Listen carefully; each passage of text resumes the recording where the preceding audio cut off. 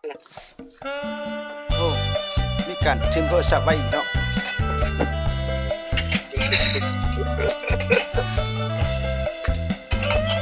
ใช่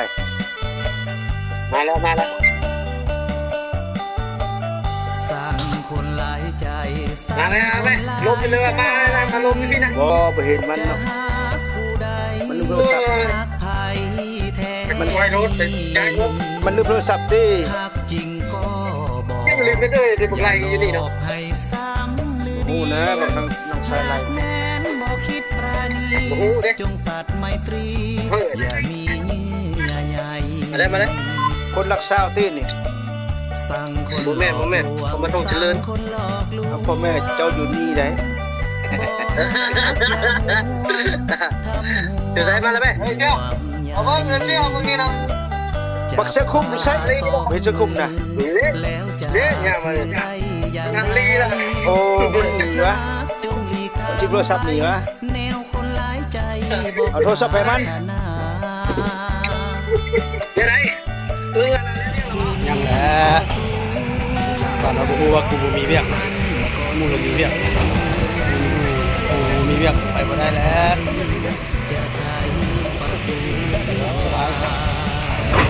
ตามสบายด้วยเอาที่สบายใจเลยเด้อคลายเป็นลมก็แม่กำลังกลับเอื้อเขาคือทางกูบอกไปหามึงแล้วบ่นานสิเนาะย่านะมึงไปดูส่วน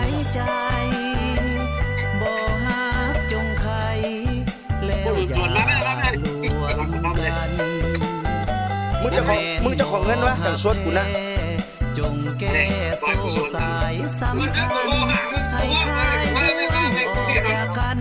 ตราบสู้สีวันจะขอมือโทรหาชวนประกันอีกได้รักโมกันเงียวเลยต้องการเก็บภาษีบินบ้านอยู่นะเก็บภาษีบินบ้านมาเร็วเลยก็ต้องหาเราไหม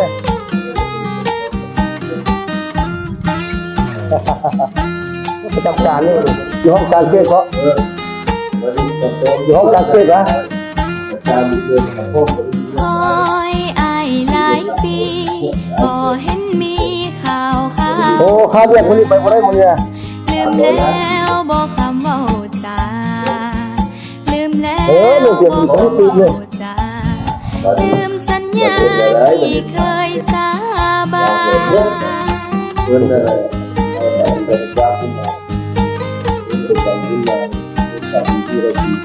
จะโทรหาแขนเข้าเหนียวเคยปั้นลืมหน้าสวนพักแหวนห้อยปูงานเจ็ดตัวจุดตั้งเฮือนงาม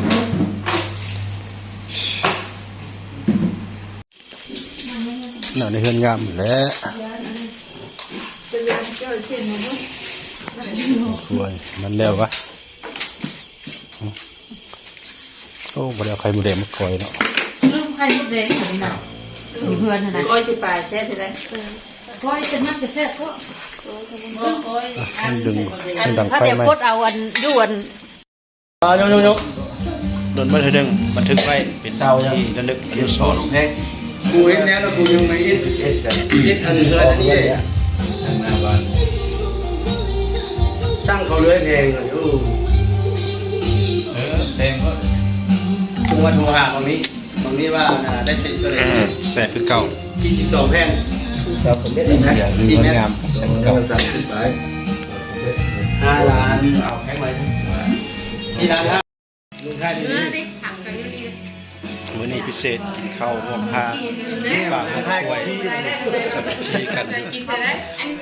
อยู่เพื่อนท่านนายบ้านเจ๋งสว่างเด็กกินงานเที่ยวนายบ้านจำก็ตื่นให้เขาเด้อเป็นหัวหน้าด้วยได้เดี๋ยวดูนะเดี๋ยวท่านว่ายังจะถือการหรือว่าเพื่อนได้บ้านหรือเปล่าหัวหน้าหน่วยหรือเปล่า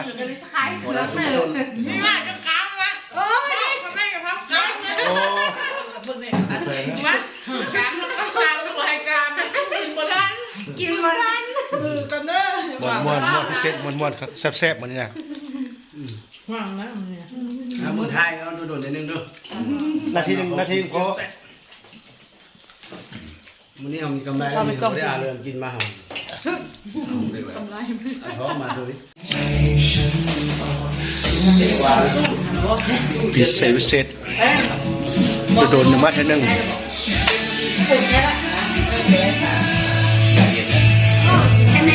เบียร์ยกเลยเด้อยกเบียร์ใส่ปากเลยเด้อแค้นเด้ออาหารเด้อ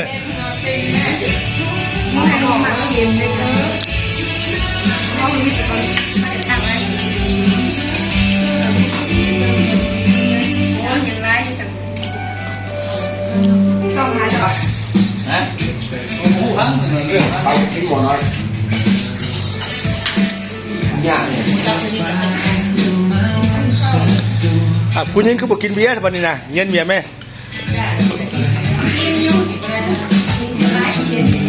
เล่นนั่น2-3 รอบอมเพื่อนก็ได้ละจบละ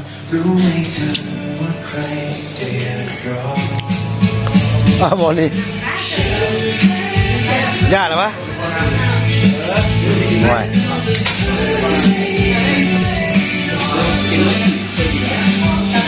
กินข้าวอิ่มแล้วก็กินเบียร์เพื่อบำรุงปุ่มฟอง ปั๊บมักสินั่นมันเลยสร้างคนปั๊บมักสิได้มาแล้วเลยมันโง่แล้ว เจกันก็เรื่องธรรมดาเจกันราชวงศ์มิง